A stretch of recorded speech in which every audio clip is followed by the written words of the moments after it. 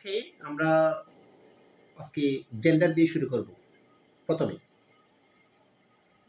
এখানে আমি একটু বিষয় বলে রাখি, হয়তো এখানে কয়েকজন আছেন, এগুলো এমন কিছু গ্রামার যেগুলো একদম ছোটকাল থেকে পড়ে আসতেছে, খুব একদম শুরুর গ্রামার। একটু বিরক্ত হবেন না। যাদের এখানে এখানে কিছু আমি এক্সেপশনাল, যেগুলো থেকে যেই পার্টসগুলো থেকে এই টপিকগুলার কোয়েশ্চেন করা হয় কম্পিটিটিভ এক্সামে, সেগুলো ইনক্লুডেড করেছি। আপনাদের যদি কোনো একটা দু একটা বিষয় যদি কনফিউশন থাকে, সেটা একদম ক্লিয়ার হয়ে যাবে। একটু শুনুন। প্রথমে আমরা দেখি, আমরা জানি জেন্ডার মানে হচ্ছে লিঙ্গ। সচরাচর আমরা লিঙ্গটা নির্ধারণ করি পার্টস অফ স্পিচের মধ্যে, দুইটা পার্টস অফ স্পিচের মধ্যে, নাউন এবং প্রনাউনের মধ্যে। নাউন এবং প্রনাউনের মধ্যে আমরা জাস্ট জেন্ডারটা আইডেন্টিফাই করি। বাকি পার্টস অফ স্পিচ যেগুলো ভার্ব আছে, adjective, adverb, preposition, conjunction, interjection, এগুলোর মধ্যে কোনো জেন্ডার আইডেন্টিফিকেশনে করার সুযোগ নেই। আমাদের নাউন এবং প্রনাউনের মধ্যেই হচ্ছে যে শুধু জেন্ডার হতে পারে, অন্য কোনো পার্টস অফ স্পিচ এখানে জেন্ডারের সাথে ইনক্লুডেড হবে না।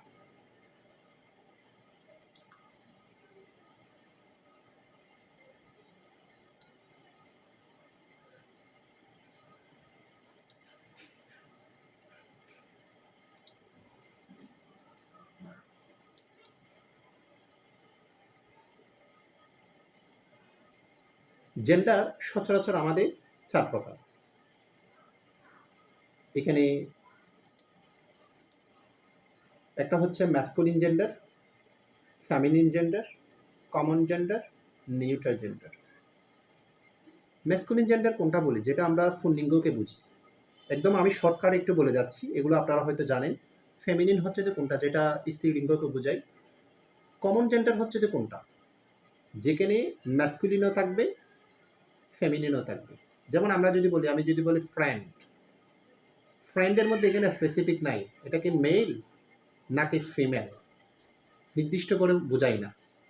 আমরা মেয়ে বন্ধুকে ফ্রেন্ড বলি, ছেলে কোনো ফ্রেন্ড থাকলে তাকেও ফ্রেন্ড বলি। অর্থাৎ এটার ভিতরে কিন্তু পুল্লিঙ্গ এবং স্ত্রীলিঙ্গ দুইটাই আছে, ফেমিনিন এবং ম্যাসকুলিন দুইটাই আছে। সেটাই হচ্ছে যে কমন জেন্ডার। এখানে আমি অনেকগুলো এক্সাম্পল দিয়েছি, যেগুলো হচ্ছে যে দুইটাই ব্যবহার করা হয়। আর নিউটার জেন্ডার কোনটা? নিউটার হচ্ছে যে যেটা একদম ক্লিব বলতে বোঝায়, এখানে বোঝায় হচ্ছে অচেতন পদার্থ। সচরাচর অচেতন পদার্থ বলতে আমরা কোনটাকে বুঝি? যেটা ঝড় পদার্থকে বুঝি। যেমন এখানে যে আমি ল্যাপটপে ক্লাস নিচ্ছি, এখানে আমার কাছে গ্রাফিক্স ট্যাবলেট আছে, এখানে আমার কাছে একটা স্টাইলিশ মার্কার আছে। এই যে graphics tablet, computer, mobile phone, যত কিছু ঝড় পদার্থ আছে, অচেতন পদার্থ আছে, সব কিছুকে বলা হয় নিউট্রাল জেন্ডার। আচ্ছা, যাই হোক, এখন আমরা শিখলাম জেন্ডার চার প্রকার। চার প্রকারের মধ্যে হচ্ছে যে ম্যাসকুলিন, ফেমিনিন, কমন, নিউটার। এগুলো তো বুঝলেন। এখানে কিছু গুরুত্বপূর্ণ আমি হিন্টস দিয়েছি, সেটা হচ্ছে দেখি, এই হিন্টসগুলো খুবই গুরুত্বপূর্ণ। যে হিন্টসগুলো দিয়েছি এগুলো থেকে হচ্ছে মানে আমার এই শিটের মধ্যে যখন তিনটা এরকম স্টার মার্ক দেখবেন বা কোনো গুরুত্বপূর্ণ নোট লেখা থাকবে, আপনারা যখন এগুলো সংরক্ষণ করবেন বা এনবি থাকবে, এগুলো যখন থাকবে তখন এটাকে মনে রাখবেন, এগুলো থেকে প্রশ্ন করবে বেসিক্যালি। এখানে একটা বলে রাখি, বিসিএস এর একবার কোয়েশ্চেনের মধ্যে এসেছিল এনবির পূর্ণরূপটা কি। এনবির অ্যাকচুয়াল পূর্ণরূপ হচ্ছে যে নোটাভিনি। নোটাভিনি যেটাকে আমরা বলি নোটাভিনি, এটা হচ্ছে একটা Latin phrase, Latin language, Latin American একটা ল্যাঙ্গুয়েজ, ল্যাটিন ল্যাঙ্গুয়েজের একটা অংশ এনবি, নোটাভিনি বলা হয়, যেটাকে আমরা বাংলা বলি বিশেষ দ্রষ্টব্য। আচ্ছা, যাই হোক, কালেকটিভ নাউন সর্বদা নিউটার জেন্ডার হবে। এখন কালেকটিভ নাউন যদি নিউটার জেন্ডার হয়, কালেকটিভ নাউন কোনটাকে বলি? আমরা নাউনের সেকশনের মধ্যে পড়ব। সচরাচর নাউন হচ্ছে প্রধানত দুই প্রকার নাউন। একটা হচ্ছে যে অ্যাবস্ট্রাক্ট নাউন, আর একটা হচ্ছে যে কনক্রিট নাউন। যেহেতু আমি নাউন পড়াচ্ছি না, যে ডিটেলস লিখতেছি না। আবার কনক্রিটকে চার ভাগে ভাগ করা হয়: proper noun, common noun, collective noun, material noun. এটার মধ্যে একটা হচ্ছে যে কালেকটিভ নাউন। কালেকটিভ নাউনটা আপাতত এখানে যখন এসেছে এটা একটু জানেন। কালেকটিভ নাউন কোনটা? কালেকটিভ নাউন হচ্ছে যে যেটা দলকে বোঝাবে, কোনো সমষ্টিকে বোঝাবে, একসাথে অনেকগুলোকে বোঝাবে, সেটাই হচ্ছে যে কালেকটিভ নাউন। যেমন আমি যদি বলি, একটা শব্দ আছে ফ্রাই, আপনারা জানেন হয়তো ফ্রাইড এটা একটা নাউন, ফ্রাইড মানে আমরা বুঝি গর্ব, কিন্তু ফ্রাইড এটা একটা আবার কালেকটিভ নাউন হয়, অর্থাৎ অনেকগুলো লায়ন, বনের মধ্যে যখন অনেকগুলো লায়ন দিয়ে যখন একটা দল হবে, সিংহের দল হবে, সেটাকে বলা হয় ফ্রাইড। যেমন ফ্লক, ফ্লক হচ্ছে কি কোনো ভেড়া, কোনো ছাগলের দলকে বলা হয় ফ্লক। আবার যদি বলে কোনো মাছ, কোনো মাছের জাক, কোনো মাছের জাককে বলা হয় school, school of fish, school of birds, কোনো মাছ বা পাখির ঝাঁককে বলা হয় স্কুল বলা হয়। এখানে বিদ্যালয় বোঝাবে না। যেমন অনেকগুলো মানুষ যদি একসাথে হয় সেটাকে বলা হয় কি ক্রাউড। এই ক্রাউড, ফ্রাইড, স্কুল, ফ্লক। যেমন আমি এখানে ক্লাস করতেছেন, ক্লাসের মধ্যে এখানে হয়তো ৬-৭ জন জয়েন করেছেন, এই ৬-৭ জনের মধ্যে এটা একটা ক্লাস, ক্লাসের মধ্যে এখানে একজন আছেন, অনেকজন আছেন। এরকম যে নাউন দ্বারা কোনো সমষ্টি বা কোনো দলকে বোঝাবে সেটাকে বলা হয় কালেকটিভ নাউন। যখন কোনো কালেকটিভ নাউন, এখানে একটা প্রশ্ন থাকতে পারে, যেমন কালেকটিভ নাউনের মধ্যে ম্যাসকুলিনও আছে, অনেকগুলো মানুষ আছে, অনেকগুলো ফেমিনিন জেন্ডারও থাকতে পারে, মেয়েও থাকতে পারে, পুরুষও থাকতে পারে। যদিও অনেক ম্যাসকুলিন ফেমিনিন থাকা সত্ত্বেও এটাকে ফুল আলাদা করে কোনো মানুষকে ইন্ডিকেট করা হচ্ছে না, এটা একটা দলকে ইন্ডিকেট করা হচ্ছে। অ্যাকচুয়ালি ইন্ডিভিজুয়াল কোনো ব্যক্তিকে নির্দেশ করা হচ্ছে না, ইনি রহিম, ইনি তাসমিনা, ইনি রুমি, এরকম করে বোঝানো হচ্ছে না, ফুল দলটাকে বোঝানো হচ্ছে। ফুল দলটাকে বোঝানো হচ্ছে যে বিদায় এখানে স্পেসিফিক কাউকে বোঝানো হচ্ছে না বিদায়, তাই এটা ম্যাসকুলিন ফেমিনিন কোনোটাই হবে না, এটাকে নিউটার ধরবেন। তাই এটা নিউটার জেন্ডার ধরে বিদায় নিউটার জেন্ডারের জন্য প্রনাউন হিসেবে ইট হয়, এই জন্য কালেকটিভ নাউনের পরিবর্তে ইট ব্যবহার করা হয়। তাহলে এখান থেকে একটা জিনিস শিখেছেন, সেটা হচ্ছে কালেকটিভ নাউন সর্বদা নিউটার জেন্ডার হবে এবং প্রনাউন হিসেবে সর্বদা ইট হবে, এটা একটা নোট। আর ২ নম্বরটা আমি বলে দিয়েছি, ২ নম্বরটা হচ্ছে যে আপনারা নিজেরা করে নেবেন। এরপরে হচ্ছে ৩ নাম্বার, ৩ নাম্বার এবং ৪ নাম্বার থেকে হচ্ছে যে টেক কুইশন। আপনাদের টেক কুইশন থেকে হচ্ছে প্রশ্ন করবে, টেক কুইশন থেকে যখন প্রশ্ন করবে সচরাচর এই টেক কুইশন হচ্ছে যে 9-10 একটা হচ্ছে গ্রামার, যেখানে 5 নাম্বার থাকে, 5টা সেন্টেন্স থাকে, সেন্টেন্স থেকে টেক কোয়েশ্চেন করা হয়। বিসিএস সহ বিভিন্ন কম্পিটিটিভ প্রিলিমিনারি কোয়েশ্চেনে কিন্তু একটা বা দুটা কিন্তু টেক কোয়েশ্চেন দেয়, এগুলো কিন্তু এক্সেপশনাল দেয়। এই এক্সেপশনাল রুল থেকে 3 এবং 4 রুলস দিয়ে দিতে পারে, এগুলো হচ্ছে আপনাদের একটু এক্সেপশনাল মনে হতে পারে, এক্ষেত্রে একটু জেন্ডার চিন্তা হবে। এখানে যেমন দেখেন ডেথ মৃত্যু, সূর্য, এটা হচ্ছে যে সামার, আরটা হয় না সরি। এরপর হচ্ছে যে টাইম সময়, উইন্টার, এই যে এগুলো সবসময় ম্যাসকুলিন জেন্ডার হবে।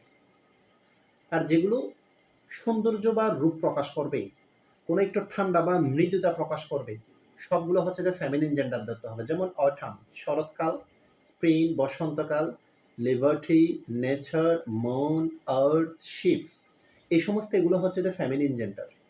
এখন আমি আপনাদেরকে একটা ওয়ার্ড দিয়ে বলি, এখানে মনে করেন সান আছে, এখানে হচ্ছে যে মুন আছে। আমরা সবসময় সানকে খুব পাওয়ারফুল বলি, পৃথিবীর একমাত্র শক্তির উৎস হচ্ছে যে সান, এবং সানকে পাওয়ারফুল বলা হয়।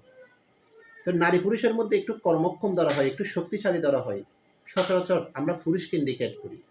আবার মুন শব্দটা হচ্ছে যে কবিরা এটা পৃথিবীর শক্তির উৎস হিসেবে বিবেচনা করেন, এটা হচ্ছে যে বিটির উৎস হিসেবে, সৌন্দর্য হিসেবে বিবেক করে। কারণ আমরা সৌন্দর্য সচরাচর বেশিরভাগ ক্ষেত্রে শব্দটা ইন্ডিকেশন করা হয় মেয়েদের রূপের ক্ষেত্রে। এরকম যেগুলো হচ্ছে যে রূপ প্রকাশ করবে সেগুলো হচ্ছে যে ফেমিনিন জেন্ডার, আর যেগুলো হচ্ছে এই শক্তি ক্ষমতা প্রকাশ করবে সেগুলো হচ্ছে যে ম্যাসকুলিন জেন্ডার। অর্থাৎ এগুলো ম্যাসকুলিন জেন্ডার বিদায় এগুলোর জন্য প্রনাউন হচ্ছে যে হি, আর এগুলা হচ্ছে যে ফেমিনিন জেন্ডার বিদায় এগুলোর জন্য হচ্ছে যে প্রনাউন হচ্ছে যে শি। তাহলে আপনাকে যদি আমি একটা কোয়েশ্চেন করি, এখানে আমি একটা ট্যাগ কোয়েশ্চেন লিখতেছি। যেমন দেখেন the sun gives gives us light, light. এখন এটাকে ট্যাগ কোয়েশ্চেন করতে বলা হচ্ছে, এটাকে যদি ট্যাগ কোয়েশ্চেন করেন, আপনারা হয়তো ট্যাগ কোয়েশ্চেন এগুলোর উপর আমি ক্লাস নেব, তখন বিস্তারিত বুঝতে পারবেন। যেমন এখানে গিভসের জন্য ডাস আনবো, এখানে যেহেতু নট নাই তাহলে একটা নট আনবো, ডাজেন্ট। এখন এই সানের জন্য অনেকে কিন্তু না বুঝলে মনে করবে এটার জন্য এইটা এনে ফেলি, কারণ এটা একটা মানে পৃথিবীর, এটা একটা নক্ষত্রের নাম, নক্ষত্রের জন্য হচ্ছে যে এটা ইট হতে পারে। কিন্তু যাদের জেন্ডারের এই বিষয়টা জানা আছে তারা কখনো ভুল করবে না। সান এটা হচ্ছে যে একটা ফ্যামিলি ম্যাসকুলিন জেন্ডার, এটার জন্য সি হয়। তার ট্যাগ কোয়েশনে কিন্তু এখানে কি আনতে হবে, শি আনতে হবে, ডাজেন্ট শি হবে। এখন এই রুলটা যারা জানবে না তারা নিশ্চিত ভুল করবে। আশা করি বুঝতে পেরেছেন। আচ্ছা, এখন আমরা জানলাম যে এখানে 4টা অপশন থেকে কালেকটিভ নাউন সর্বদা নিউট্রাল জেন্ডার হয় এবং কোনগুলা এক্সেপশনাল মধ্যে কোনগুলা ম্যাসকুলিন হয়, কোনগুলা ফেমিনিন হয়, এগুলো একটু নোট রাখবেন 3 নাম্বার এবং 4 নাম্বার। এখন আসেন, পরীক্ষার মধ্যে যদি জেন্ডারের ভোকাবুলারি পার্ট থেকে যদি কোনো কোয়েশ্চেন করা হয়, বিশেষ করে ম্যাসকুলিন থেকে ফেমিনিন করা হয়, ম্যাসকুলিন থেকে ফেমিনিন কোয়েশ্চেন করা হবে, ম্যাসকুলিন টু ফেমিনিন বা ফেমিনিন টু হচ্ছে যে ম্যাসকুলিন, প্রশ্নটা এভাবে করা হবে। একটা জেন্ডার দেওয়া আছে, এই জেন্ডারের ম্যাসকুলিন ফেমিনিন কি, বা এটার ফেমিনিনের ম্যাসকুলিন কি, এভাবে প্রশ্ন করবে। এই যে ম্যাসকুলিন ফেমিনিনের অনেকগুলো আমরা জানি, যেমন father, mother, sister, brother sister, এগুলো খুব ইজি জেন্ডার চেঞ্জ। এবং পরীক্ষার মধ্যে যেগুলো সবচেয়ে বেশি করা হয় সেগুলো হচ্ছে যে এগুলো একটু ভালো করে শিখে নেবেন, মুখস্থ করে নেবেন। এখান থেকে কিন্তু আপনি হয়তো দেখবেন জেন্ডারের, যাদের কাছে হচ্ছে যে জব প্রিপারেশনের ইংলিশ বইটা আছে, ওখানে দেখবেন জেন্ডারের পার্টসের মধ্যে এগুলো থেকে অনেকগুলো কোশ্চেন করেছে। যেমন নিফিউ, নিচ, মেল, ফিমেল, ব্যাচেলার, মেড। যেমন নিফিউ মানে হচ্ছে দেখি এই সচরাচর ভাগিনা বোঝায়, আর নিচ হচ্ছে যে বাতিজি বোঝায়, এটা হচ্ছে বাইফুট বা বাতিজি। মেল, ফিমেল এটা বুঝছেন। ব্যাচেলার, অবিবাহিত পুরুষদেরকে বলা হয় ব্যাচেলার। মেড মানে হচ্ছে যে অবিবাহিত কোনো মহিলাকে, কুমারীকে বোঝায়, এটা বাংলা হচ্ছে যে কুমারী।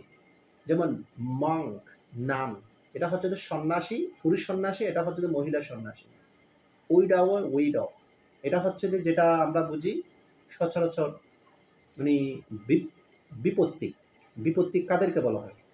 বিপত্তিক বলা হয় যাদের ওয়াইফ মারা গিয়েছেন। আর উইডো হচ্ছে যে যাদের স্বামী মারা গিয়েছেন, বিধবা। বুল, অক্স, কাউ, এটা বুঝেছেন র্যাম, ইউই। র্যাম হচ্ছে যে ভেড়া, আর এটা হচ্ছে যে বেরি। স্ট্যাক হচ্ছে যে কি, যেটা কোনো হরিণকে বোঝায়। আর এই হাইন মানে হচ্ছে যে কি, হরিণী, হরিণের ফেমিনিন জেন্ডার। আর এটা হচ্ছে যে উইজার্ড, উইচ, এটা হচ্ছে যারা জাদু করে তাদেরকে বলা হয় উইজার্ড। আর যে মহিলারা জাদু করে, জাদু টোনা এগুলো করে, তাদেরকে বলা হয় উইচ। আর ড্রোন, উই, এটা ফোন, মৌমাছি, আর এটা হচ্ছে স্ত্রী মৌমাছি। এটা ড্রেক, ডাক, পাতিহাঁস, আর পাতিহাঁসের স্ত্রীলিঙ্গ হচ্ছে যেটা। আর বাক, ডো, এখানে কিন্তু দুইটা শব্দ, যেটা এই স্ট্র্যাক আর বাক শব্দটা কিন্তু সেম, হরিণ, দুটোটার অর্থ। ডগ, বিচ, কুকুর, কুকুরি। ফক্স, ভাইটসেন, এটা হচ্ছে যে ফক্স মানে আমরা জানি শিয়াল, আর শিয়ালের স্ত্রীলিঙ্গ হচ্ছে যে ভাইটসেন। আর বোর, এটা হচ্ছে যে শকর, শকরকে বোঝায়। আর এই মানে হচ্ছে যে সচরাচর যেটা শকরের স্ত্রীলিঙ্গ। তবে আবার এর আর একটা শব্দ আছে, এটা কিন্তু আবার 12 অর্থ ইউজ করা হয়। যখন এটা 12 অর্থ ইউজ করা হবে তখন অর্থ হচ্ছে যে কোনো বীজ বপন করাকে বোঝায়, কোনো বীজ বপন করাকে বোঝায়। অর্থাৎ মাটির মধ্যে বীজ যে রোপণ করা হয় সেটাকে আবার বলা হয়। সেক্ষেত্রে কিন্তু এটা ভার্ব, কনফিউজ ওয়ার্ড। আর এটা হচ্ছে যে নাউন, এটা হচ্ছে যে নাউন। আপনারা একটু শুনতে থাকুন, আর নোট প্রয়োজন হলে সাথে সাথে নোট ডাউন করবেন। যদি কোনো জায়গা যদি না বোঝার থাকে সেটা আমাকে মানে ওটা মার্ক করে রাখবেন। একদম আমি লাস্ট 10 মিনিটস এটা মানে 5 মিনিট বা 10 মিনিটস আপনাদের কোয়েশ্চেনের মধ্যে যাবে, আপনারা প্রশ্নের জন্য শব্দটা রেখে দিবেন। এরপর হচ্ছে যে প্যাট্রন, প্যাট্রনেস। প্যাট্রন মানে যিনি পৃষ্ঠপোষক করেন। অর্থাৎ আমরা আমাদের যে কোনো একটা অনুষ্ঠানকে বা যে কোনো একটা অকেশনকে যিনি অর্গানাইজ করেন, অর্থাৎ যিনি অর্থ দিয়ে সহায়তা করেন, তাকে বলা হয় পৃষ্ঠপোষক, প্যাট্রন। আর এটা হচ্ছে যে প্যাট্রনেস, মহিলা পৃষ্ঠপোষক। ফাইট, ফাইটেস, কবি, মহিলা কবিকে বোঝায়। জিউ, জিউইস, জিউ মানে ইহুদিকে বোঝায়। আর এটা কোনো স্ত্রীলিঙ্গ, ইহুদিকে বলা হয় জিউইস। অথর, অথারেস, অথার মানে হচ্ছে যেটা লেখক, লেখিকা। এখানে একটা শব্দ দেখবেন, যেমন আমরা যদি বলি রাইটার আর অথর, এগুলোর মধ্যে পার্থক্যটা কি এটা একটু দেখবেন। দুটোটার অর্থ হচ্ছে যে লেখক। মনে করুন একটা বই আমি লিখেছি, এই বইটার লেখক হচ্ছে আমি নিজেই, রিফা। এই বইটা লিখেছি, কিন্তু এই বইটা যে আমি লিখেছি কারো কাছ থেকে কোনো হেল্প নিই, আমি যে নিজের মেধা দিয়ে, নিজের ক্রিয়েটিভিটি দিয়ে এটা বইটা লিখেছি, কারো কাছ থেকে হেল্প নিই নাই এবং কোনো কিছু কপি করে নেই, তখন এটা আমি এই বইয়ের লেখক হব। এখন আপনাদের থেকে যে কোনো একজন আমার বইটা পড়ে বইটা থেকে ভিত্তি করে বইয়ের উপর বিবেচনা করে আমার কনসেপ্টটাকে অন্যভাবে আপনি নিজেই লিখেছেন, কিন্তু অ্যাকচুয়ালি কিন্তু এই বইয়ের সম্প্রসারিত রূপ হচ্ছে যে এটা আপনি নিজেই লিখেন না, আমার বইয়ের উপর হেল্প করে লিখেছেন। তখন আপনি হবেন যে অথর। অ্যাকচুয়াল যে অথেন্টিক ক্রিয়েটিভিটি দিয়ে যিনি লিখেন সেটা হচ্ছে দ্য রাইটার। রাইটারেরটাকে ভিত্তি করে যে আরেকটা লেখা লিখেন সেটাকে বলা হয় অথর। এগুলোই হচ্ছে যে দুটা ডিফারেন্স। এরা হচ্ছে যে অ্যাফোর্ড, এভিস, ডিউক, ডাচেস। ডিউক মানে বোঝাই হচ্ছে যে তখনকার কোনো রাজার সন্তানকে বলা হয় ডিউক বলতো, রাজপুত্র। ডিউকের যে রাজকন্যা তাকে বলা হয় ডাচেস। এম্পায়ার, এমপ্রেস রাজা, আর এটা হচ্ছে কি সচরাচর হচ্ছে যে রানীকে বোঝে। তুমি যাও, বাপি ক্লাস নিচ্ছি, যাও। এরপরে হচ্ছে মাস্টার, মিস্ট্রেস, এগুলো বুঝতেছেন। এরপর হচ্ছে সাইনর, সাইনর। এরপর হচ্ছে জার, জারিনা। যার মানে হচ্ছে যার শাসকদের বোঝানো হচ্ছে, যারা যাদের রানী, রাজা। যার শাসকরা হচ্ছে যে রাশিয়ার মধ্যে ছিল, অর্থাৎ রাশিয়ান যে বিপ্লব হয়েছিল এই রাশিয়ার বিপ্লবের আগে, ওখানে অনেকগুলো কিন্তু রাশিয়ান বিপ্লব, যেটা বলশেভিক বিপ্লব বলা হয়, অক্টোবর বিপ্লব। তখনকার রাশিয়া যে শাসন হতো কিছু জার শাসকের মধ্যে, তাদেরকে বলা হতো জার, এবং তাদের ওয়াইফকে বলা হয় জারিনা। এগুলো হচ্ছে এই যে এখানে যেগুলো দিয়েছি না, জেন্ডারের মেইন এই গুরুত্বপূর্ণ হিন্টসগুলো হচ্ছে যে মেইন পয়েন্ট। আর এগুলো একটু একদম মুখস্থ করে ফেলবেন। এখান থেকে আমি যেটা থেকে দিয়েছি, এখানে জেন্ডার থেকে যদি জেন্ডার চেঞ্জিংয়ের যদি কোনো কোয়েশ্চেন করে, এখান থেকে একটা কোয়েশ্চেন করবে, জাস্ট আপনাকে বলবে কোনটা ম্যাসকুলিন কোনটা ফেমিনিন, বা ম্যাসকুলিন থেকে ফেমিনিন, ফেমিনিন থেকে ম্যাসকুলিন। এগুলো একটু ভালো করে মুখস্থ করে ফেলবেন। এখানে এই জেন্ডারের মধ্যে বুঝছেন কিনা আমাকে একটু বলেন, জেন্ডারের মধ্যে কোনো কোয়েশ্চেন আছে কিনা একটু প্লিজ কেউ বলবেন। আমি 30 সেকেন্ড সময় নিব, যে কেউ যদি না বলে তাহলে আমি আরেকটা শুরু করবো। এখানে কারো কোনো কোয়েশ্চেন আছে কিনা please kindly please response please. Anyone, do you have any questions?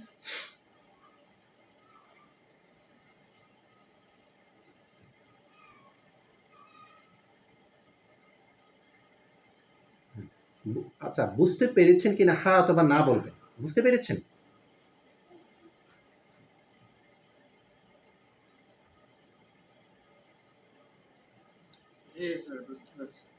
আচ্ছা দেখেন, এখন এখন হচ্ছে দ্য পার্সন। আমরা এখন পার্সনে যাব। দেখেন, আমরা একটু 3টা টপিক আজকে একদিনে পড়ে ফেলবো। পার্সনের বাংলা হচ্ছে যে আমাদের পুরুষ, বাংলা ব্যাকরণের ভাষায়।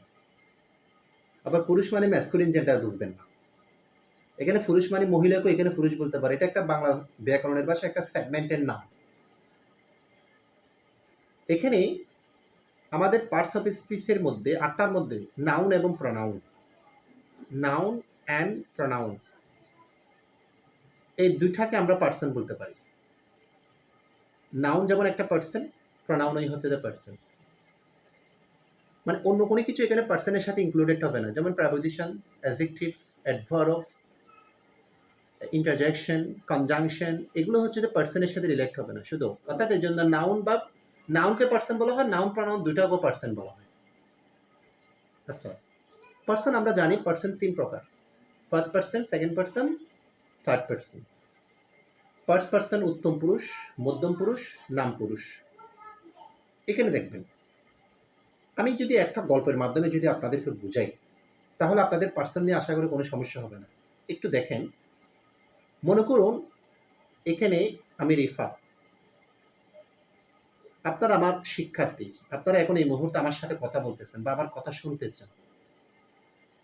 এখানে একজন ব্যক্তি, আমার আমার কলেজের মনে করেন একজন প্রফেসর,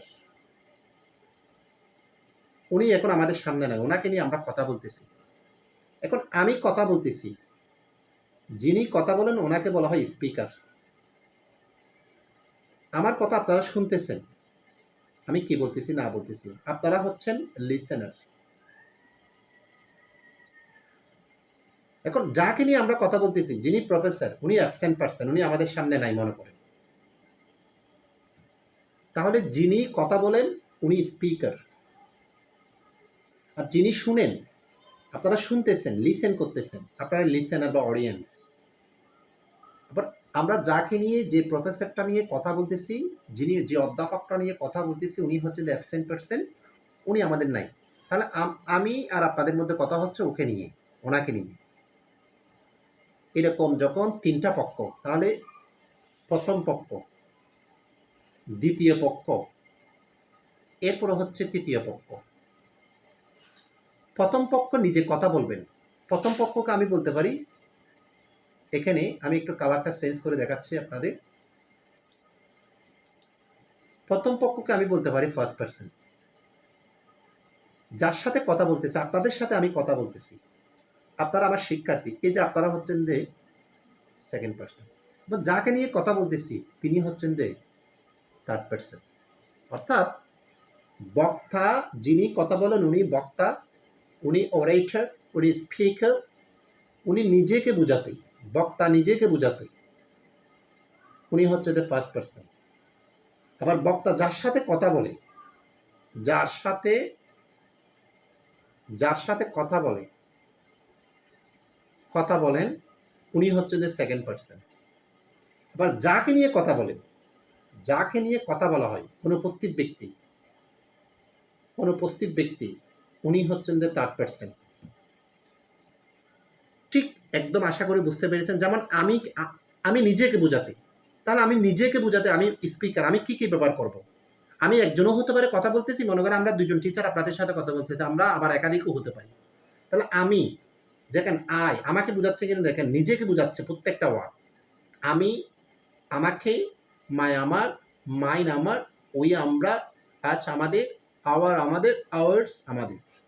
অর্থাৎ এগুলো সবসময় আমি, আমরা, আমাকে, আমাদেরকে এভাবে নিজেকে বোঝাবে। এগুলো হচ্ছে যে ফার্স্ট পারসন। আবার আমি আপনাদেরকে কি বলে সম্বোধন করব? তুমি বা তোমরা বা আপনাদের। তুমি হচ্ছে যে যেটা আমরা একদম খুব ফ্রিভাবে বলতে গেলে, আপনাদেরকে যদি একটু ভদ্রভাবে আমি সম্বোধন করি তখন আপনি বলতে হবে। তুমি আর আপনি কিন্তু সেম কথা। তাহলে এই যে দেখেন, আপনাদেরকে অবশ্যই আমি তুমিই বলবো। তাহলে ইউ, তুমি বা তোমরা, ইউর, তোমার বা তোমাদের, বা আপনি বা আপনাদের, ইউর, আপনাদের, এই তিনটাই হচ্ছে যে সেকেন্ড পারসন। কারণ আমি আপনাদেরকে যখন কথা বলবো, এই যে আপনারা কি বুঝেছেন, তোমরা কি বুঝেছ, তোমরা কি তোমাদের কোনো সমস্যা আছে, তাহলে তুমি বলে সম্বোধন করতেছি। এই যে তুমি, তোমরা, তোমাদের, এগুলো হচ্ছে সেকেন্ড পারসন। আবার মনে করেন যাকে নিয়ে আমি কথা বলতেছি, আমার কলেজের একজন প্রফেসর, মনে করেন আমি ওনাকে বলতেছি ডক্টর শরীফুল করিম, বাংলা বিভাগের একজন প্রফেসর, তো ওনাকে বলি ডক্টর শরীফুল করিম। তাহলে ওনাকে নিয়ে যদি কথা বললে, ওনাকে তো আমি তুমি বলবো না, উনি আমাদের সামনে নাই, ওনাকে আমি বলবো সে বলে সম্বোধন করব। বা উনি মানে মেয়ে হলে সি বলতাম, আর ছেলে হলে আমি হি বলতাম, তিনি বলবো, অর্থাৎ তিনি বা সে এভাবে সম্বোধন করব। এরকম অনুপস্থিত ব্যক্তিদেরকে বোঝাতে সেগুলোই হচ্ছে যে থার্ড পারসন। আবার যদি মনে রাখার জন্য, যারা একদম খুব জিরো লেভেল থেকে দুর্বল, ইংলিশের এগুলো হচ্ছে একদম খুব বেসিক লেভেলের গ্রামার, এগুলো তো একদম ভুল করতে পারবেন না। আমি যখন আস্তে আস্তে এভাবে জিরো লেভেল থেকে যখন মিডিয়াম রেঞ্জ অ্যাডভান্সে যখন চলে যাব, পার্সন মনে করেন আপনি রাইট ফ্রম বারো পড়তে, আপনি সেন্টেন্স করতে, আপনি যখন একটা সেন্টেন্সের স্ট্রাকচার গঠন করুন, প্রত্যেকটা জায়গায় এগুলো লাগবে। কিন্তু এগুলো প্রত্যেকটা জায়গায় কিন্তু এগুলোর রেফারেন্স আসবে, বেসিক গ্রামারগুলো, রেফারেন্সগুলো যদি এগুলো ভালো করে আয়ত্ত না করেন, যাদের দুর্বল আমি বলবো যে একদম ভালো করে ক্লিয়ার করে ফেলবেন। এগুলোকে তুচ্ছ মনে করবেন না। এগুলো ছাড়া আপনি কিন্তু মিডল রেঞ্জ বা অ্যাডভান্স লেভেলের গ্রামার আপনাদেরকে বোঝানো আমার পক্ষে খুব টাফ হবে। আচ্ছা দেখেন, আপনাদেরকে আরও যদি সহজভাবে বলি, আপনি যদি ফার্স্ট পারসন এবং সেকেন্ড পারসন যদি মনে রাখেন, এনাফ ইজ এনাফ, তাহলে কিন্তু আপনার আর কোনো সমস্যা হবে না। এই ফার্স্ট পারসন আর সেকেন্ড পারসন ব্যতীত যত ধরনের পারসন আছে, এগুলো বাদে বাকি সবগুলোকে থার্ড পারসন এভাবেও মনে রাখতে পারেন। তাহলে দেখেন, he, she, him, his, her, they, them, their, its. আবার এর বাইরে এখানে আমি যতগুলো দেখিয়েছি, এটা সবগুলোই হচ্ছে অ্যাকচুয়ালি কিন্তু প্রনাউন থেকে দেখেছি, প্রনাউন থেকে। তাহলে আমি কি বলেছি আপনাদেরকে প্রনাউন শুধু পার্সন হয় না, নাউনও বলেছি। যে কোনো নাউন ফর্মে যদি থাকে, যে কোনো নাউন সবসময় থার্ড পারসন। যেমন আমি ক্লাস নিচ্ছি, ক্লাস এটা একটা নাউন, তাহলে এটাকে থার্ড পারসন বলবো। আমি যেমন বললাম রাজু বলতেছি, রাজু, রাজু কুমার, এটা একটা থার্ড পার্সন। এরকম বা তাহারা, তাহেরা, তাহলে এটা একটা থার্ড পার্সন। করিম, এটা একটা থার্ড পার্সন। এরপরে হচ্ছেন সুশান্ত কুমার, এটা একটা থার্ড পার্সন। অর্থাৎ যে কোনো নাউন সর্বদা থার্ড পার্সন হবে, এটা মনে রাখবেন। আচ্ছা, এখন আসেন পার্সন থেকে কি প্রশ্ন করে। আপনাকে পার্সন থেকে কি প্রশ্ন করবে? পার্সন থেকে একটা হচ্ছে যে প্রিলিমিনারিতে কোশ্চেন করে, সেটা হচ্ছে যে সাবজেক্টিভ অবজেক্টিভ প্রোনাউন নিয়ে, যেটা কেসের মধ্যে আমরা শিখবো। অর্থাৎ পার্সনের সাথে রিলেট করে আবার কেস আছে। কেস থেকে, কেসটা হচ্ছে যে এখানে এই তিনটা পার্ট দেখেছি, নাম্বার, পার্সন, জেন্ডার থেকে হচ্ছে যে প্রিলিমিনারি থেকে যদি কোনো কোয়েশ্চেন করে, কেস থেকে সাবজেক্টিভ অবজেক্টিভ প্রোনাউন থেকে কোয়েশ্চেন করে, এটা গুরুত্বপূর্ণ। আমরা এখন এটার মাধ্যমে মধ্যে চলে যাব। এখন বলেন পার্সনের মধ্যে কোনো সমস্যা আছে কিনা, পার্সন বুঝতে পারছেন কিনা, বা পার্সন আইডেন্টিফিকেশন করতে কোনো প্রবলেম হবে কিনা, বুঝতে পেরেছেন?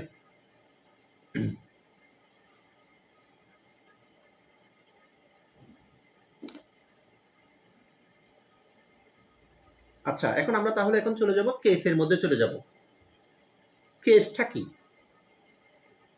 সর্বশেষ আমাদের এই লেকচার 2 এর মধ্যে কেস, কেসের বাংলা হচ্ছে যে বাংলা ব্যাকরণের ভাষা, এটাকে বলা হয় কারক। কিন্তু সচরাচর আমরা কিন্তু বাস্তবে কিন্তু কেস মানে হচ্ছে যে মামলাকে বুঝি, বাস্তবে কিন্তু আমরা, কিন্তু এখানে গ্রামারের ভাষা এটা মামলা না, এটা হচ্ছে যে কারক। তবে বাংলা ব্যাকরণের মধ্যে হচ্ছে যে কারক হচ্ছে যে জবের জন্য খুবই গুরুত্বপূর্ণ। আপনারা জানেন কারক হচ্ছে যে 6 প্রকার: কর্তৃকারক, কর্মকারক, করণকারক, সম্পাদনকারক, অপদানকারক, অধিকরণকারক। তবে কারক আর এখানে কেসের মধ্যে একটু ডিফারেন্স আছে, অনেক পার্থক্য আছে। যদিও কেস মানে কারক, এখানে এমন কিছু কেস আছে যেগুলো কারকের মধ্যে ইনক্লুডেড না, এদিক দিয়ে যেমন পার্থক্য। আর বাংলা ব্যাকরণের মধ্যে হচ্ছে যে ক্রিয়া না থাকলে, যে বাক্যের মধ্যে কোনো ক্রিয়া নাই, সে বাক্যের মধ্যে কখনো কোনো কারক হবে না। অর্থাৎ বাক্যের মধ্যে যতগুলো পদ আছে, বাক্যের মধ্যে যতগুলো পদ আছে, পদ, প্রত্যেকটা পদের সাথে ক্রিয়ার সাথে রিলেট করে কারক বের করতে হয়, কথা আপনারা জানেন। কিন্তু ইংলিশের মধ্যে এখানে ক্রিয়া তো অবশ্যই থাকবে। ইংলিশ সেন্টেন্সের মধ্যে হচ্ছে যে ক্রিয়া ছাড়া কোনো বাক্য হয় না। বাংলার মধ্যে ক্রিয়া ছাড়া বাক্য হতে পারে, কিন্তু ইংলিশের মধ্যে হচ্ছে যে ভার্ব ছাড়া কখনো কোনো বাক্য হবে না, এটা ইম্পসিবল। ভার্ব থাকলেও এখানে ভার্বের সাথে রিলেট করে কোনো কেস বের করতে হয় না বাংলার মতো, এটাই হচ্ছে তার একটা পার্থক্য। আচ্ছা দেখেন, এখানে আমরা কিছুক্ষণ আগে বলেছি নাউন প্রোনাউন যেগুলো আছে, নাউন এবং প্রোনাউন যেগুলো বলেছি এখানে এক্সাম্পল সবগুলো হচ্ছে যে পার্সন। এখানেও কিন্তু পার্সন এক ধরনের কেস, শুধু জাস্ট পার্সন হচ্ছে যে প্রোনাউনের সাথে অন্য ওয়ার্ডের সাথে, একটা বাক্যের মধ্যে যে নাউন এবং প্রোনাউন থাকবে, এই বাক্যের মধ্যে অন্য পদের সাথে, এই পদগুলোর সাথে নাউন প্রোনাউনের যে একটা রিলেশন আছে, সম্পর্ক আছে, এই সম্পর্কটাই হচ্ছে দেখি কেস। কিন্তু কারকের মধ্যেও আমি সম্পর্ক বলেছি, রিলেট বলেছি, কিন্তু এখানে ক্রিয়ার সাথে, কিন্তু এখানে সুনির্দিষ্ট ক্রিয়া দেওয়া নাই। যে কোনো অন্য ওয়ার্ডের সাথে অ্যাডজেক্টিভ, অ্যাডভার্ব, অনেক কিছুর সাথে রিলেট করতে হবে। অর্থাৎ নাউন প্রোনাউনের সাথে বাক্যের মধ্যে অন্য যতগুলো ওয়ার্ড আছে বা পার্টস অফ স্পিচ আছে, এগুলোর সাথে যে রিলেট করে, সম্পর্ক করে, সেটাই হচ্ছে যে কেস। আচ্ছা, কেসে, কেসটাকে 4 ভাগে ভাগ করা হয়। একটা হচ্ছে যে subjective case, objective case, possessive case, vocative case. Subjective case মানে হচ্ছে সাবজেক্ট থেকে এসেছে শব্দটা, অবজেক্টিভ কেস মানে হচ্ছে দেখি অবজেক্ট থেকে এসেছে। আচ্ছা, আমরা আলাদা করে এখানে আমি একটা দেখেন কেসের একটা আপনাদেরকে এখানে একটা বিন্যাস দিয়েছি, একটা চার্ট দিয়েছি, এই চার্টটা খুব গুরুত্বপূর্ণ। আমরা এই কেসটার চার্টটা সবচেয়ে লাগে হচ্ছে যে আপনি যখন ন্যারেশন পড়বেন, ন্যারেশন থেকে, ন্যারেশন হচ্ছে ন্যারেশনের যে পার্সন চেঞ্জ করতে হয়, ন্যারেশন বা স্পিচ, যেটা অ্যাডভান্স গ্রামারের মধ্যে। আপনি যদি চারটা যদি না বুঝেন, ন্যারেশনের মধ্যে হচ্ছে যে সঠিকভাবে ডিরেক্ট থেকে, ডিরেক্ট ন্যারেশন থেকে যখন ইনডিরেক্ট করবেন, তখন কিন্তু আপনি পার্সনটা কিন্তু বা প্রনাউনটা চেঞ্জ করতে পারবেন না, বুঝবেন না। এটা একটা বিষয়, কেসটা ওখানেই লাগে। আর কেস থেকে কি প্রশ্ন করতে পারে? কেস থেকে প্রশ্ন করতে পারা হচ্ছে যে বেশিরভাগ কোয়েশ্চেন করা হচ্ছে যে সাবজেক্টিভ এবং অবজেক্টিভ থেকে। এই যে সাবজেক্টিভ কেস কোনটা, অবজেক্টিভ কেস কোনটা, সাবজেক্টিভ কেসগুলো কোথায় ব্যবহার করা হয়, অবজেক্টিভ কেসটা কোথায় ব্যবহার করা হয়, সেটা প্রশ্ন করবে। আবার এখান থেকে আরেকটা বিষয় সবচেয়ে বেশি গুরুত্বপূর্ণ, পসেসিভ কেসটা। এই পসেসিভ থেকে মডিফায়ারের মধ্যে কোয়েশ্চেন করে। মডিফায়ার হচ্ছে আপনি যখন পড়বেন simple modifier, dangling modifier, misplace modifier, এগুলোর মধ্যে কিন্তু পসেসিভ কেসটা হচ্ছে যে খুব গুরুত্বপূর্ণ। এটা একটু গুরুত্বপূর্ণ। এই তিনটা বিষয় থেকে প্রশ্ন করে, পসেসিভ কেস থেকে, সাবজেক্টিভ অবজেক্টিভ কেসের অবস্থান থেকে, এবং কেসটা হচ্ছে যে ন্যারেশনের জন্য গুরুত্বপূর্ণ। আচ্ছা, আমরা একটা দেখি। আমি কেসটাকে বোঝানোর জন্য বলেছি নাউন প্রনাউন, যেমন কে পার্সন, নাউন প্রনাউনও এখানে কেস, মনে রাখবেন। এখন আসেন সাবজেক্টিভ কেস কোনটা। যেমন আমি যদি বলি হি হেল্পস মি, এখানে একটা বাক্য লিখেছি, খুব একদম সিম্পল একটা সেন্টেন্স। এই সিম্পল সেন্টেন্সের মধ্যে আপনারা জানেন এখানে হেল্প হচ্ছে দ্য ভার্ব আর হি হচ্ছে দ্য সাবজেক্ট আর মি হচ্ছে এখানে অবজেক্ট। অবজেক্ট কীভাবে খুঁজে বের করা হয় সেটা আপনাকে বলেছিলাম, আপনাদেরকে আমি লেকচার 1-এর মধ্যে প্রথম ক্লাসে। ভার্বের পরবর্তী, ফাইনাইট ভার্বের পরবর্তী অংশটাকে যদি কি বা কাকে দ্বারা প্রশ্ন করা হয় সেটা অবজেক্ট, কাকে হেল্প করে এটা কাকে দ্বারা প্রশ্ন করা হচ্ছে বলে এটা হচ্ছে অবজেক্ট। আচ্ছা, এখন দেখেন, আবার এটাকে হির জায়গায় আমি এটাও বলতে পারতাম, এটাকে রিফাত বলতে পারতাম, নাউন বা প্রনাউন যে কোনো একটা দিতে পারি। তাহলে এই নাউন প্রনাউনটা সাবজেক্টের আগে, সরি ভার্বের আগে, সাবজেক্টের জায়গায়। আবার এই প্রনাউনটা হচ্ছে যে ভার্বের পরে অবজেক্টের জায়গায়। অর্থাৎ নাউন বা প্রনাউন এই দুইটা পার্টস যখন সাবজেক্টের জায়গায় বসবে, ভার্বের আগে বসলে সেটা সাবজেক্টিভ কেস বলবেন। আবার নাউন বা প্রনাউন গুলাকে যখন অবজেক্টের জায়গায় বসাবেন তখন হচ্ছে যে অবজেক্টিভ কেস বলবেন। অর্থাৎ সাবজেক্টিভ কেস সাবজেক্টের স্থলে, অবজেক্টিভ কেস অবজেক্টের স্থলে। এখন ইস্যু এটা হচ্ছে যে জাস্ট আপনাদেরকে একটা হিন্টস দিলাম। এখানে রিফাত সাবজেক্টের আগে বসবে, তাই রিফাত হচ্ছে এখানে সাবজেক্টিভ কেস। আবার যদি এরকম বলতাম আই হেল্প রিফাত, এখন কিন্তু রিফাত শব্দটা অবজেক্টে নিয়ে গিয়েছি। সেম নাউনটা, সেম ফর্মটা, নাউনটা যখন অবজেক্টের জায়গায় চলে গেছে এখন আবার এটা অবজেক্টিভ কেস হয়ে গেছে। তাহলে এখান থেকে শিখেছেন সাবজেক্টিভ এবং অবজেক্টিভ কেসের মধ্যে নাউনের মধ্যে কোনো পার্থক্য নাই। অর্থাৎ নাউন যেখানে বসবে সেভাবে নামকরণ করবেন। সাবজেক্টের জায়গায় বসলে নাউনটা সাবজেক্টিভ কেস, আবার সেম নাউনটা যদি অবজেক্টের জায়গায় বসবে সেটা অবজেক্টিভ কেস। কিন্তু আপনার প্রনাউনের ক্ষেত্রে ডিফারেন্স আছে, সাবজেক্টিভ কেস এবং অবজেক্টিভ কেস হচ্ছে আলাদা আছে। আলাদা বিষয়টা কি দেখেন, যেমন মি বসাইলাম, এখানে মি ব্যবহার করা হলো, আবার এখানে আই ব্যবহার করা হলো। মি এর জায়গায় এখানে অবজেক্টের জায়গায় চাইলে আমি আই বসাইতে পারতাম না, আই বসালে ভুল হতো। আবার আই এর সাবজেক্টের জায়গায় চাইলে কিন্তু আমি মি বসাইতে পারতাম না। অর্থাৎ নাউনের মধ্যে যদিও সাবজেক্টিভ অবজেক্টিভ সেম, কিন্তু প্রনাউনের মধ্যে হচ্ছে যে সম্পূর্ণ ডিফারেন্ট। প্রনাউনের অবজেক্টিভ রূপ আলাদা, প্রনাউনের সাবজেক্টিভ রূপ আলাদা। সাবজেক্টিভ রূপগুলো শুধু সাবজেক্টের আগে বসে, অবজেক্টিভ রূপগুলো হচ্ছে যে সর্বদা অবজেক্টের আগে, অবজেক্টের মধ্যে বসবে, ভার্বের পর বসবে। এখানে যদি আই বসান পরীক্ষার মধ্যে এগুলো থেকে হচ্ছে যে কোশ্চেন করা হয়। বিশেষ করে এই সাবজেক্টিভ অবজেক্টিভ নিয়ে সেন্টেন্স কারেকশন থেকে প্রশ্ন করা হয়। সেন্টেন্স কারেকশন মানে বাক্য, মানে 4টা বাক্য দেওয়া থাকবে, আপনাদের একটা বাক্য কারেকশন করতে বলা হয়। এটা প্রনাউন থেকে দিয়ে থাকে। এখানে যদি আই বসাতে ভুল হতো, আবার এখানে মি বসালেও ভুল হবে, কারণ অবজেক্টিভটা সাবজেক্টের জায়গায় বসবে না, আবার এই সাবজেক্টিভটা অবজেক্টের জায়গায় বসবে না। এখানে সাবজেক্টিভ এবং অবজেক্টিভগুলো কীভাবে বসবে, কোথায় বসবে, সেগুলো আমি একটু এখানে দিয়েছি, একটু কেয়ার করেন। এখানে দিয়েছি প্রথমে সাবজেক্টিভ কেসগুলো কোথায় কোথায় বসবে দেখেন, এটা খুব গুরুত্বপূর্ণ এই অবজেক্টিভ এবং সাবজেক্টিভের অবস্থানটা। 1 নাম্বার সাবজেক্টের স্থলে। সাবজেক্টিভ কেসের অবস্থানগুলো দেখাচ্ছি আমি, খেয়াল করবেন। সাবজেক্টিভ কেস প্রথমে বসবে তো হচ্ছে যে সাবজেক্টের স্থলে। সাবজেক্ট কোথায় বসে সেটা আপনারা জানেন, ফাইনাইট ভার্ব বা অক্সিলিয়ারি ভার্বের আগে, এটা আপনাদেরকে প্রথমেই শিখিয়েছি। তাহলে এখানে দেখেন I would like to resign the job, এখানে তাহলে আইটা হচ্ছে যে সাবজেক্টিভ কেস, 1 নম্বর সাবজেক্টের জায়গায়। এরপর হচ্ছে যে বিভার্বের পরে, বিভার্ব কোনগুলো আমরা জানি, am is are was were, এই বিভার্বের পরে সাবজেক্টিভ কেস ব্যবহার করা হয়। যেমন এখানে দেখেন বিভার্ব আছে, বিভার্বের পর হলো এখানে কিন্তু কি হয়েছে সাবজেক্টিভ প্লেস হয়েছে। আবার মনে করবেন না ভার্বের পর তো অবজেক্ট হয়, অবজেক্টিভ প্লেস হয়। এখানে কিন্তু এটা অবজেক্ট না, বিভার্বের পরে হি যেটা হয়েছে সেটা হচ্ছে যে কমপ্লিমেন্ট। আপনাদেরকে আমি বুঝিয়েছিলাম কমপ্লিমেন্ট অবজেক্ট কখনো কিন্তু সাবজেক্টিভ ফর্ম হবে না, কমপ্লিমেন্ট সবসময় শুধু সাবজেক্টিভ ফর্ম হতে পারে। অর্থাৎ বিভার্বের পরে যখন কোনো প্রনাউন কমপ্লিমেন্ট হিসেবে ব্যবহার করা হবে সেটাই হচ্ছে দেখি সাবজেক্টিভ ফর্ম। এরপর দেখেন 3 নাম্বারটা, দুইটার মধ্যে সবচেয়ে বেশি গুরুত্বপূর্ণ হচ্ছে যে 3 নাম্বারটা, দেন এবং অ্যাজ এর পরে। দেন এবং অ্যাজ এর পরে এই দেনটা ব্যবহার করা হয় আমরা জানি ডিগ্রির মধ্যে।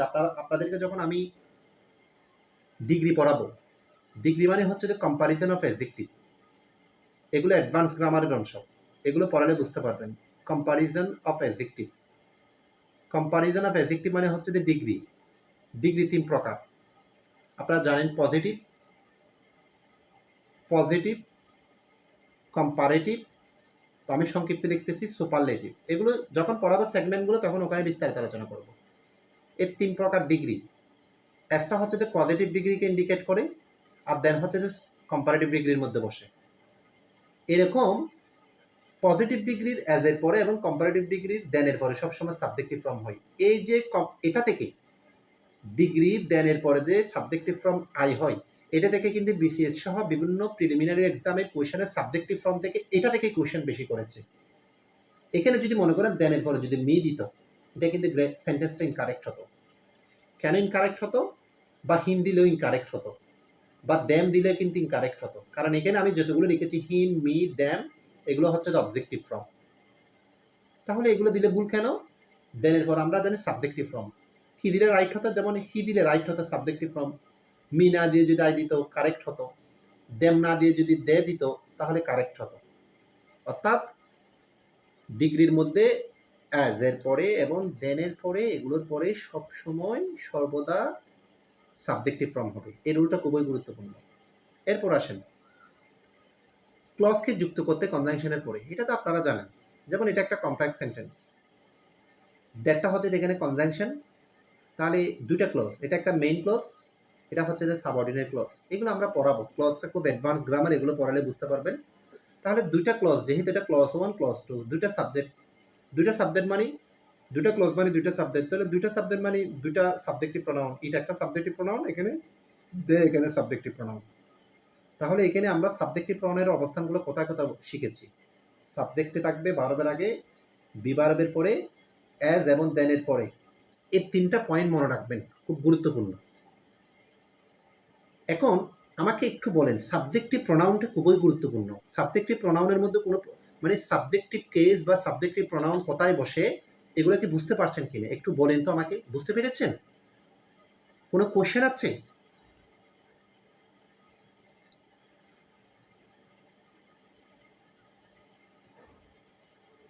প্লিজ।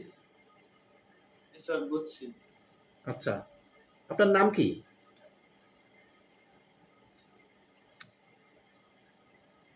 এখন যিনি কথা বলেছেন আপনার নাম কি? স্যার রাজা কুমার। আচ্ছা, রাজা কুমার। বুঝতে, আচ্ছা, আপনি খুব অ্যাটেন্টিভ, ক্লাসে রেগুলার থাকেন এবং খুব অ্যাক্টিভ থাকেন। ধন্যবাদ আপনাকে, অসংখ্য ধন্যবাদ। আপনি একটু কথা বলি, শুধু তো পড়ালে একটু বিরক্ত লাগে। আপনারা এবারে কেউ 19তম নিবন্ধনে অ্যাপ্লাই করবেন?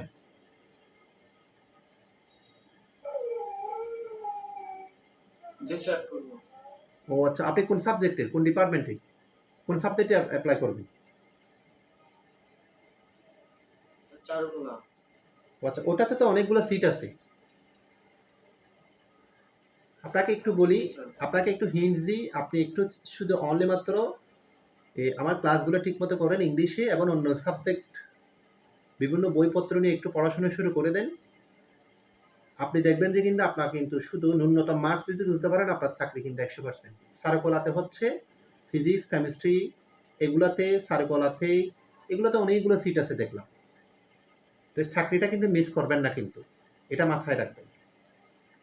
আর যারা নিবন্ধনে পরীক্ষা দিবেন, নিবন্ধনের মধ্যে হচ্ছে যে অনেকেই হচ্ছে অনেকগুলো সিট কম, বা অনেক সাবজেক্টে হচ্ছে যে একদম ন্যূনতম সিটও নাই, বিশেষ করে কমার্সের সাবজেক্টগুলোতে। তা আমি বলবেন তারা হতাশ হবেন না, আপনারা পড়তে থাকুন, সবসময় বিকল্প কোনো অপশন রাখবেন। নিবন্ধনের চাকরি যে হতে হবে সেটা 100% রাখবেন না। নিবন্ধনের চাকরি কিছু কিছু সাবজেক্টে খুব ইজি, আবার কিছু কিছু সাবজেক্টে আছে যে খুব টাফ।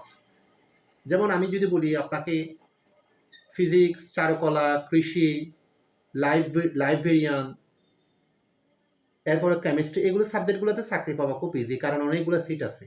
আবার কিছু কিছু যেমন আমাদের ইংলিশে, বাংলায় অনেকগুলো সাবজেক্টে যেগুলো মেজর সাবজেক্ট, এগুলোতে একদম ন্যূনতম সিটও নাই। তো এগুলো তো আমি বলবো যে যারা অ্যাপ্লাই করবেন, যে সাবজেক্টে আশা একদম হারাবেন না। আপনি যদি ভালো পড়েন, ভালো প্রস্তুতি থাকে, আর এবারের কিন্তু প্রস্তুতিটা হচ্ছে যে খুব এক্সেপশনাল, মোটামুটি হচ্ছে যে আপনি অবশ্যই মানে ভালো কিছু করতে পারবেন। আর যদি ওটাতে প্রস্তুতি, নিবন্ধনের চাকরি নিয়ে শুধু প্রস্তুতি নেবেন না, আপনি মনে করবেন যে প্রস্তুতিটা এমনভাবে নেবেন, যেমন আমি এখন ইংলিশের যে কোর্সটা করাচ্ছি, news paper analysis plus basic grammar, এখানে শুধু এগুলো না, আপনি মনে করবেন এই কোর্সটা করতেছেন সামগ্রিক একদম যত ধরনের চাকরি পরীক্ষা আছে সব কিছুর জন্য ইংলিশ একটাই প্রস্তুতি। তাহলে আপনার এক জায়গায় না হলে অন্য জায়গা কিন্তু হয়ে যাবে। এভাবে প্ল্যান রাখবেন, মানে একটা জায়গার জন্য মানে ভিত্তি করে প্রস্তুতি নেবেন না। অর্থাৎ এমনভাবে, যেমন ইংলিশ পড়তেছেন, ইংলিশ সব কিছুর জন্য একটাই প্রস্তুতি, বাংলা পড়বেন, বাংলা সব কিছুর জন্য একটাই প্রস্তুতি, জিকে পড়বেন, জিকে সব কিছুর জন্য একটাই প্রস্তুতি। এভাবে যদি হয়তো কিছু প্রস্তুতি একটু এদিক এদিক আছে, নিবন্ধনের জন্য একটু নিজস্ব সাবজেক্টের উপর একটু এক্সেপশনাল প্রিপারেশন নিতে হবে। এরপরে হচ্ছে যে ব্যাংকের জন্য কিছু ক্রাইটেরিয়া আছে, যেগুলো ম্যাথ, আপনার ফোকাস টাইটেন একটু প্রেশারাইজ করতে হবে। এরপরে বিসিএস এর জন্য হচ্ছে যে আরেকটু অনেক, এটা একটু ব্রড প্রিপারেশন, সেটার দিকে পড়ে যাচ্ছি। বিসিএস ছাড়া বাকি সকল প্রিপারেশন কিন্তু প্রায় সেম, প্রিলিমিনারির প্রস্তুতি। এই জন্য অপশন অনেকগুলো রাখবেন, সব জায়গায় অ্যাপ্লাই করবেন। কোন জায়গায় আপনার কিন্তু হয়ে যেতে পারে এটা কিন্তু বলা যায় না কিন্তু, তবে পড়াশোনা করতে হবে প্রচুর, রেগুলার ক্লাস করবেন। আচ্ছা, এরপরে আসেন অবজেক্টিভ পেজটা একটু দেখেন, কোথায় কোথায় অবজেক্টিভ পেজ ব্যবহার করা হয়। এক নম্বর হচ্ছে যে ট্রানজিটিভ ভার্বের পরে, ট্রানজিটিভ ভার্বের পরে কোথায় হয়? ট্রানজিটিভ ভার্বের পর অবজেক্ট হয়, অর্থাৎ অবজেক্টের স্থলে। এই যে দেখুন টোল্ড, এখানে ট্রানজিটিভ ভার্ব। ট্রানজিটিভ ভার্ব কোনটা বলেছিলাম? যেটার পর অবজেক্ট থাকে, আপনাদেরকে প্রথম ক্লাসে শিখিয়েছি। দেখেন প্রথম ক্লাসের পড়াগুলো আবার এখানে ইনক্লুডেড হচ্ছে, আবার এই ক্লাসের পড়াগুলো পরবর্তী ক্লাস ইনক্লুডেড হবে, পরবর্তী ক্লাসের পড়াগুলো কিন্তু আরেকটা ক্লাস ইনক্লুডেড হবে। এই যে গ্রামারগুলো হচ্ছে এরকম একটা খাদ্য জালের মতো, আপনি একটা ক্লাস যদি পড়া, যদি একটা লেকচার যদি মিস করে, কিন্তু আবার পরবর্তী ক্লাসের অনেক কিছু বুঝবেন না। এই জন্য গ্রামার হচ্ছে যে প্রত্যেকটা সেগমেন্ট একটার সাথে একটা রিলেটেড, প্রত্যেকটা টপিকের জন্য ইকুয়ালি সিগনিফিক্যান্টলি আপনাকে গুরুত্ব দিতে হবে, ভালো করে পড়তে হবে, তাহলে কিন্তু আপনার মোটামুটি ক্লিয়ার হয়ে যাবে। আচ্ছা, যা হোক, অবজেক্ট, এই ট্রানজিটিভ ভার্বের পর অবজেক্ট হয়, এই ট্রানজিটিভ ভার্বের পর অবজেক্ট হিসাবে, আবার কমপ্লিমেন্ট হিসেবে না। এরপরে এটা খুব গুরুত্বপূর্ণ, প্রেপোজিশনটা। যে কোনো প্রেপোজিশনের পরে, এই যে যেমন এটা উইথ হচ্ছে একটা প্রেপোজিশন, যে কোনো প্রেপোজিশনের পরে সবসময় অবজেক্টিভ ফর্ম হবে। যেমন এখানে আমি মি, আইটা হচ্ছে যে সাবজেক্টিভ ফর্ম, কিন্তু এখানে প্রেপোজিশনের পরে যদি আই দিলে সেটা কিন্তু গ্রামেটিক্যালি রং, এটা ক্রস হবে। উইথের পরে আসে বিধে এটা অবজেক্টিভ ফর্ম। এরকম যে কোনো যতগুলো প্রেপোজিশন আছে, যেমন অফ, বাই, উইথ, এরকম যত ধরনের যতগুলো প্রেপোজিশন আছে, সবগুলো প্রেপোজিশনের পরে সর্বদা পরে অবজেক্টিভ ফর্ম হবে। তাহলে দুটো জায়গায় অবজেক্টিভ ফর্ম হয়, ট্রানজিটিভ ভার্বের পর অবজেক্টের পরে, এরপরে প্রেপোজিশনের পরে। আরেকটা হচ্ছে যে ইম্পারেটিভ সেন্টেন্স যখন লেট দিয়ে শুরু হয়, লেট হচ্ছে যে এখানে একটা পজিটিভ ভার্ব। পজিটিভ ভার্ব কি সেটা আমরা কিন্তু পরে শিখবো ভার্বের ক্লাসিফিকেশনে। এই পজিটিভ ভার্ব যখন লেট দিয়ে যদি ইম্পারেটিভ সেন্টেন্স শুরু হয়, এটা একটা ইম্পারেটিভ সেন্টেন্স। এই ইম্পারেটিভ সেন্টেন্সের মধ্যে লেটের পরে কিন্তু অবজেক্টিভ প্রনাউন হয়। এরপরে আমরা এখন সাবজেক্টিভ অবজেক্টিভ প্রনাউনের অবস্থানটা আপনারা বুঝতে পেরেছেন কেসের মধ্যে। এখন আমরা আসবো যে পসেসিভ কোনটা কি। পসেসিভ হচ্ছে যে সম্বন্ধ পদ। সম্বন্ধ মানে কি? সম্পর্ক। কিসের সম্পর্ক? যেমন আমি যদি এখানে বলি মাই স্টুডেন্ট, দুটো সম্পর্কে লিখতেছি। আবার আরেকটা যদি বলি, আবার মাই মানে এখানে আমি, রিফাত, এখানে আবার বললাম রিফাত স্টুডেন্ট, খেয়াল করেন। তাহলে এখানে যদি আমি এটাকে যদি মানে বাংলা ট্রান্সলেট করি, রিফাতের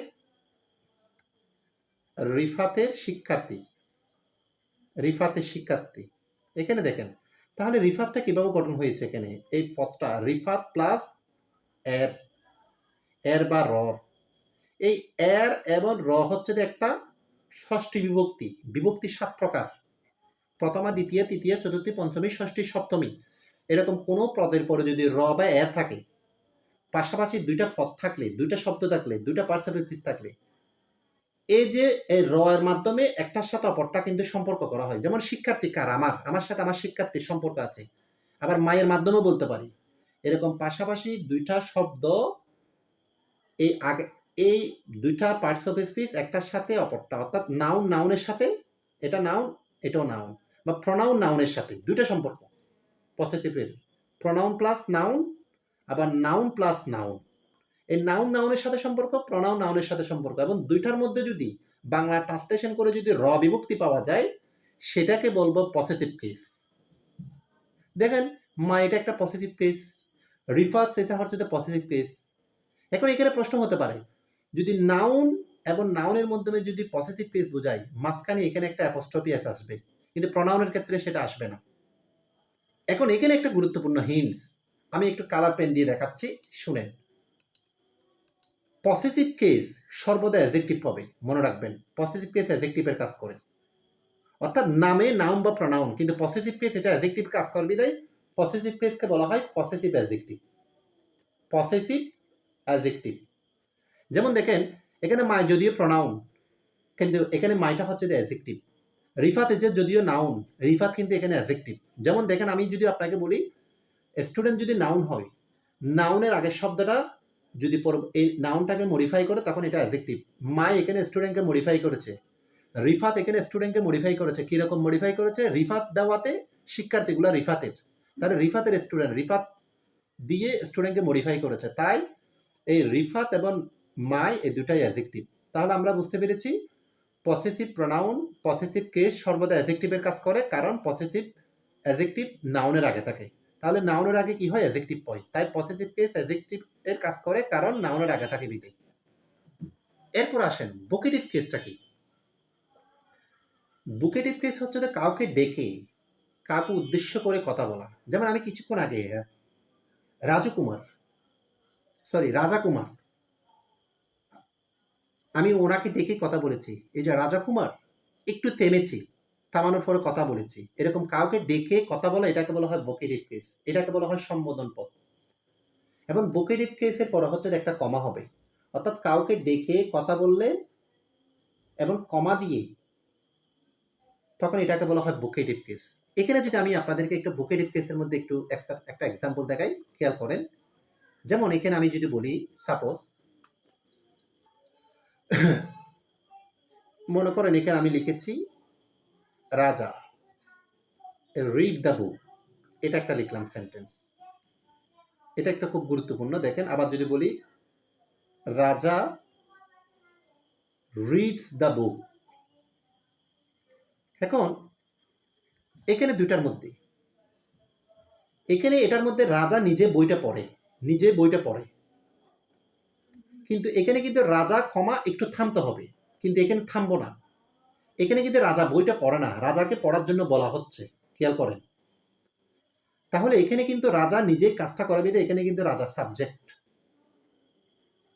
আবার এখানে রাজা নিজে কাজটা করতেছে না, তাকে করার জন্য বলা হচ্ছে, তাকে মানে ডেকে বলা হচ্ছে, তাকে সম্বোধন করা হয়েছে। এরকম প্রথম দিকে এটাকে ভোকেটিভ কেস আমি বলতে পারবো, কারণ ভোকেটিভ কেস কখনো সাবজেক্ট হবে না, শুরুতে থাকলে এমন নয় যে সাবজেক্ট। ভোকেটিভ কেস মানে ডেকে কাকে উদ্দেশ্য করে একটু থামতে হবে, তারপরে কথা বলা। কিন্তু এখানে কিন্তু তাকে ডাকা হয় না, এখানে রাজার মধ্যে কিন্তু ডাকা হয় না, সেন্টেন্সের মধ্যে ও নিজেই যে বইটা পড়তেছে সেটা বলা হচ্ছে। তাহলে এখানে রাজা নিজেই সাবজেক্ট, তাহলে এই রাজাটা হচ্ছে যে এখানে সাবজেক্টিভ কেস, কিন্তু এখানে এই রাজাটা হচ্ছে যে ভোকেটিভ কেস, তাই এটার পরে কমা হয়েছে। কিন্তু এটা সাবজেক্টিভ কেস বিদায়, এটা ভোকেটিভ কেস নয় বিদায়, এই জন্য এটার পরে কমা হয়নি। এবং এখানে আরেকটা জিনিস চেঞ্জ হয়ে গিয়েছে, এটা present indefinite tense, third person singular number, এবং এটা সাবজেক্ট ভার্ব, এটা অ্যাসার্টিভ সেন্টেন্স অর্থ অনুসারে। অপরপক্ষে এখানে কিন্তু এটা সরাসরি এটা নিজেই করতেছে না, এটা বলা হচ্ছে, রিকোয়েস্ট করা হচ্ছে, এটা কিন্তু আবার ইম্পারেটিভ সেন্টেন্স। তাহলে ভোকেটিভ কেস সাবজেক্টিভ কেসের মাধ্যমে সেন্টেন্সের স্ট্রাকচার চেঞ্জ করে দিচ্ছে। আপনারা এভাবেই, এখানে একটা কেসের চার্ট দিয়েছি, কেসের চার্টও আপনারা একদম ক্লিয়ার করে নেবেন, আমি এখানে ভেঙে দিয়েছি, কোনটা সাবজেক্টিভ, কোনটা অবজেক্টিভ, কোনটা পসেসিভ কেস। পসেসিভ কেসের আবার দুইটা অংশ, পসেসিভ অ্যাডজেক্টিভ, পসেসিভ প্রোনাউন, এগুলো দেখে নেবেন। আপনাদের আমি এখন 1 মিনিট পরে লিড নিব। কোনো প্রশ্ন থাকলে আমাকে বলেন। আমি আজকে লেকচার 2টা শেষ করেছি।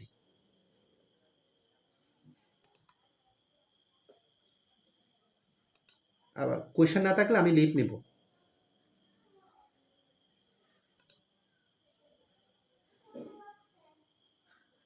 কারো কোনো কোয়েশ্চেন আছে?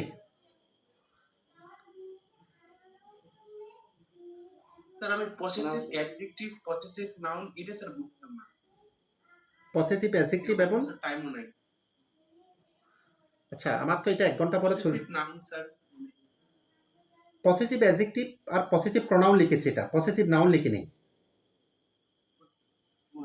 জি স্যার আচ্ছা, পসেসিভ প্রোনাউন এগুলো যখন মানে পসেসিভ প্রোনাউন এগুলো যখন অ্যাডজেক্টিভের কাজ করবে, এগুলোর পরে যদি নাউন থাকে পসেসিভ অ্যাডজেক্টিভ, আবার এগুলোর পরে যদি নাউন না থাকে তখন এগুলো পসেসিভ প্রোনাউন। যেমন আমি যদি বলি মাই, যেমন মনে করে মাই স্টুডেন্ট, এখন মাই এর পরে কি নাউন আছে? My student. কথা বলেন, একটু কথা বলতে হবে। জি স্যার নাউন আছে। তখন এটা মাইটা, নাউন আছে। হ্যাঁ এখন এটা পসেসিভ অ্যাডজেক্টিভ, এটা কিন্তু পসেসিভ অ্যাডজেক্টিভ। আবার মনে করেন শুধু মাইন বললাম, মাইন MINE, মাইন বললাম, এখন কিন্তু আবার নাউন নাই, তখন আবার এটা পসেসিভ প্রোনাউন। জি স্যার আচ্ছা ঠিক আছে, ভালো থাকেন। বুঝতে পারছি। হ্যাঁ ভালো থাকেন, ধন্যবাদ। আমাদের ইনশাল্লাহ আবার বুধবারে দেখা হচ্ছে। আর আমি বুধবারে ক্লাসের একদিন আগে লেকচার 3টা দিয়ে দিব। আর আপনাদের আরেকটা বিষয়, আমি নিয়মিত যে নিউজ পেপার অ্যানালাইসিসগুলো দিই, এটা কিন্তু অনেক কষ্ট করি, মিনিমাম অনেক ঘন্টা সময় যায়, শুধু আপনাদের জন্যই করা। আপনারা টাকা দিয়ে ভর্তি হয়েছেন, আমাকেও একটা সেবা দিতে হবে। আর আগামীকাল আমি 1 মাসের জন্য একদম ভোকাবুলারির একটা PDF দিয়ে দিব। বিগত 1 মাসে যতগুলো ভোকাবুলারি ডেইলি স্টার থেকে পেয়েছি, খুব হাই ফ্রিকোয়েন্সি সিলেক্টেড ভোকাবুলারিগুলো দিয়ে দিব। এটা 1 মাসের জন্য, এগুলো পড়ে নেবেন। আর যে নিউজ পেপার অ্যানালাইসিসগুলো একটু পড়বেন, কারণ এগুলো গ্রামারগুলো প্রয়োগ করবেন এবং এখান থেকে ফোকাস রাইটিংটা কীভাবে লিখবে একটু একটু আইডিয়া নেবেন। আমি গ্রামার সেশনের পরে যাতে ফোকাস রাইটিংয়ের মধ্যে গেলে আপনারা যাতে অনেক কিছু বুঝতে পারেন, এগুলো একটু মানে গুরুত্ব দিবেন। আবার ক্লাসে কোনো প্রশ্ন থাকলে আপনারা দ্বিধাবোধ করবেন না, আমাকে প্রশ্ন করবেন। ঠিক আছে, ধন্যবাদ, ভালো থাকবেন সবাই।